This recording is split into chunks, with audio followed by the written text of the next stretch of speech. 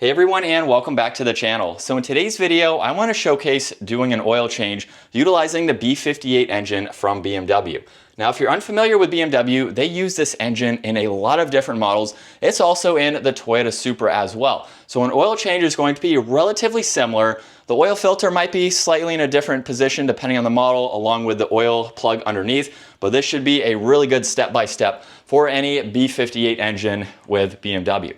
Now, I want to touch briefly on maintenance costs because we get this a lot on all of the comments on the German vehicles that we review and how these are going to break the bank to keep them maintained. Honestly, I've had German vehicles. This is my second X5. If you bring any vehicle to the dealership, that is where you are going to spend quite a lot of money.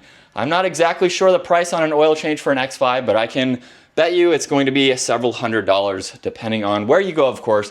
You could go to what I'll call some aftermarket shops. So if you see some auto repair places, you might be able to save a little bit of money there. But honestly, doing it yourself and knowing that it's done right is the best feeling. And it's also the cheapest. I'm into this oil change right now about $50. So that is going to vary depending on the brand of oil that you get, the oil filter, the price of everything at the time of purchase. But I change my oil once a year or every 5,000 miles. With the vehicles that I have, the mileage is split up, so I really don't put that many miles on each car, even though I do drive a good bit. Now, with that being said as well, if you do drive more than 5,000 miles a year, 10, 15, 20,000 miles, you're going to be doing more frequent oil changes. So you can save a lot of money there as well by doing it yourself. Maybe you have to change it 2 or 3 times a year versus once a year for myself. So even then, the price adding all of those changes up will still be cheaper than bringing it to the dealer even just one time. So these don't have to break the bank in order to keep them on the road. I haven't had any issues. My vehicles have been under warranty with some issues that they have had, but really just routine maintenance is what I'm going to do after warranty.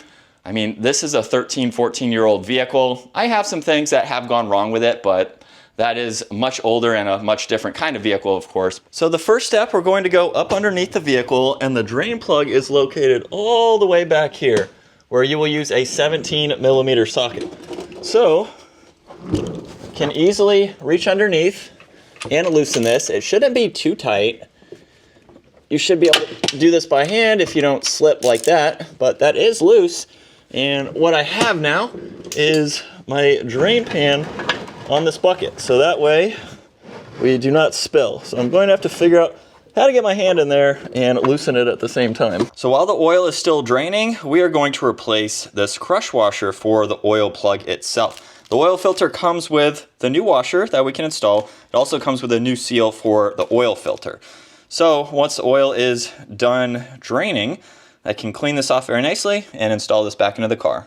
So with the oil drain plug complete, now it's time to work our way to the top of the vehicle, where on the driver's side, in order to gain access to the oil filter, we do need to remove this pump out of the way. There's one 10mm bolt that we can loosen, and once we do that, it looks like there's a tab here that we need to disconnect. So just pull this upper section towards yourself, and you can slide that out of the way and just kind of rest it right in here. That will give us access now to that large bolt way back there. So I'm going to be using an 1.25 inch socket for the top of the oil filter, right underneath that purple wire there. So I just wanted to show my setup for this. On my other X5, I don't remember having to do this, but you'll notice that I have the 1.25 inch socket there going to an adapter, and then I have a 90-degree extension right there. That's why the socket is aiming in the opposite direction. Somehow this cross member bar here, this cross brace, is in the way. So this is my way around it with that 90-degree elbow. So with the oil filter out now, this is going to be the tricky part, is trying to disconnect it from this casing here. If I remember last time, I either used a flathead to basically kind of break it off and just really pry it out. So there's no need in trying to keep it, since we have the new one, of course. And it's just going to take a little bit of wiggling to break it, or just give it a really good pull to pop it right off. Oh, there we go. All right, so you just need a little bit of force, and I can go ahead and clean out the inside of this canister real quick. And so with that clean, now it's time to replace this seal. So I'm just going to use a flathead just to get it started, work my way around it, And I can pop that one right off. And then we have this fresh one that will just reinstall back into that same groove. So with the new filter now, there will be a top and bottom. This smaller section here goes into the canister. This larger opening is what goes into the vehicle itself. So we'll just line this up and make sure that it locks into place. So if you just heard that click, it's not coming out now. With everything buttoned up on that driver's side now, this is how we fill it up with oil now, right in the middle of this engine cover. So you'll take your funnel, obviously, place it right up on top, and this calls for almost 7 quarts. So I will fill it up to 7, we'll run it for a few minutes, and then it will actually be checked on the screen. There's no dipstick for most of the B58s, it's within the actual screen of the vehicle.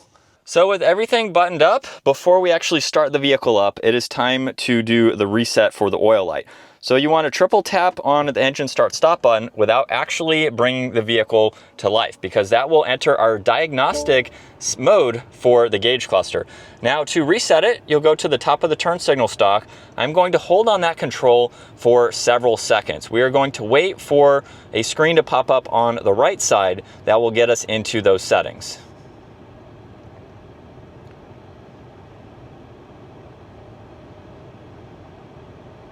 And once it pops up, you can release that button and then push on it for a few seconds and then let go. It'll say reset.